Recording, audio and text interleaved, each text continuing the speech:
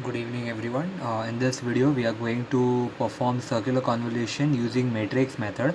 Now the reason why we shifted from the graphical method or the one which we had circles to the one in which we have matrices or matrix is that because if the number of sample points increase in my sequence, अगर मेरा x of n थोड़ा ज़्यादा ही लंबा हो जाता है and if I am having two sequences such that then performing or doing addition or subtract or performing graphical method is quite tedious and it is always time consuming. So we came up with a different method known as circular convolution using matrix method. The graphical method which we have studied is tedious, but of course especially when many samples are present, while the matrix method is more convenient. In the matrix method, one sequence is repeated via circular shifting of samples. What do we mean by that? Let's see by taking an example. Now you have been given that you have to determine a sequence y of n. I'll just take this a little bit above.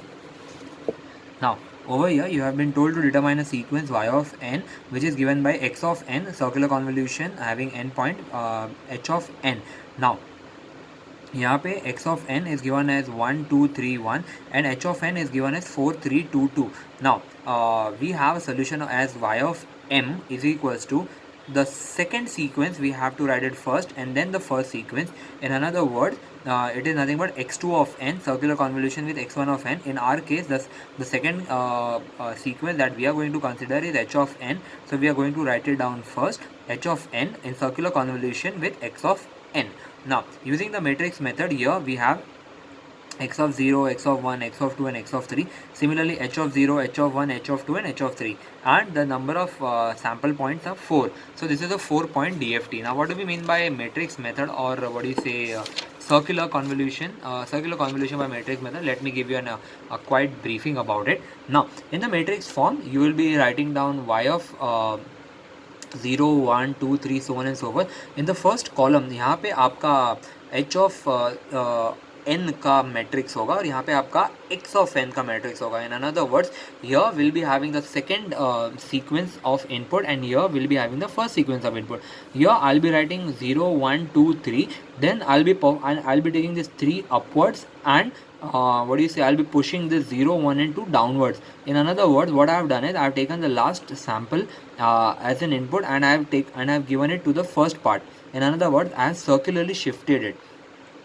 Similarly, this operation in this case, in the second column, we have h2 over here as the bottom one. So I will be taking h2 above, and then the sequence 301 as it was over here, 301 will be repeated. Then I'll be taking 1 again over here, and this has to be done only the number of times the sample the endpoint DFT is. Since this is a 4-point DFT, so you have to go up till 4 columns. The first one will be the original one, 0 1 2 3, then you will be starting circular shifting over here. In another words, let me give you with example. Since you had here 4 3 2 2, this 2 will go over here and it will be shifting this 4 3 2 downwards. So it will be given over here as 4 3 2. Then this 2 will be going on the top and it will be shifting this 2 4 3 downwards, and again in the last one this 3 will go over here and it will be shifting this 2 2 4 downwards. Since now you are done with the matrix for h of n, and यहाँ पे आपका x of n है the input sequence or the first input sequence. Only thing left out is you have to do matrix multiplication and get the result, and you will be getting the direct value of y0, y1, y2 and y3. So rather than going for circular convolution by graphical method wherein you have to draw a circle each and every time by applying some delay, by applying some advance, and it used to consume a lot of time, this matrix method is very much simple and in handy. Let us take it with a bigger example. Perform circular convolution of two sequences. You have been given x1 of n and x2 of n. यहाँ पे the circular convolution is given by y of m, which is equals to x2 of n and x1 of n, circular convolution x2 of n. You can even take the first input sequence and यहाँ पे you can take the second input sequence. There is no hardcore rule because afterwards the resultant is going to be the same. So यहाँ पे मैंने first जो input sequence है मैंने उसको as ये लिया है मैट्रिक्स मेथड लिया है जिसको मैं सर्कुलर शिफ्ट करूंगा and the second one is given over here. So there is no hardcore rule whether you have to take the first और the second. If you have been given x and x of n and h of n, then it is preferred to take h of n as the first one जिसको आप circular shift करो. If both of them are being given as x1 of n and x2 of n, then it's okay. Now I have written the values of x1 of n in the first column, and then I have taken this 1.6 above, and then all the points below it are being shifted over here. Similarly, this 1.4 is being taken over here, and then all the points over here are being shifted over here. Similarly, the entire operation is being done up till 8 point, and यहाँ पे you are having your x2 of n. Then it's just a matter of multiplication.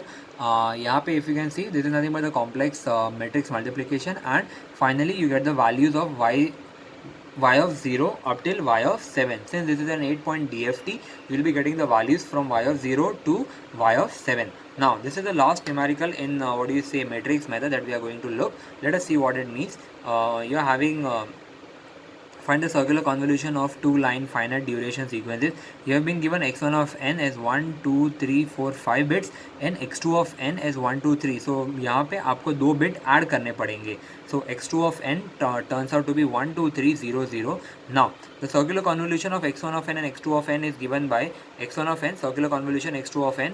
So आपने x1 of n को पहले column wise लिखा, then आपने ये नीचे वाले जो लोएस्ट बिट था उसको आपने ऊपर ले लिया, and then this entire values are being written in slant way, or this entire values from 1 to 3 are being written from 1 to 3 over here. Then this 3 again is being taken, then this is taken over here, and then this value, this 2 is taken over here, and then the values, then this minus 1 is taken over here, and then the values. This is to be done up till 5 point because it is a 5 point DFT, and then the complex matrix multiplication is being done by taking this into consideration, and so on and so forth. Now this is the way how you find out y of m.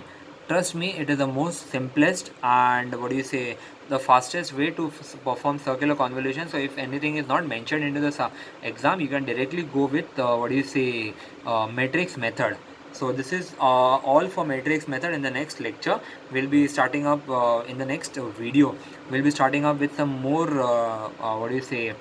advanced version of properties and so on and so forth. Up till then, stay safe. Thank you.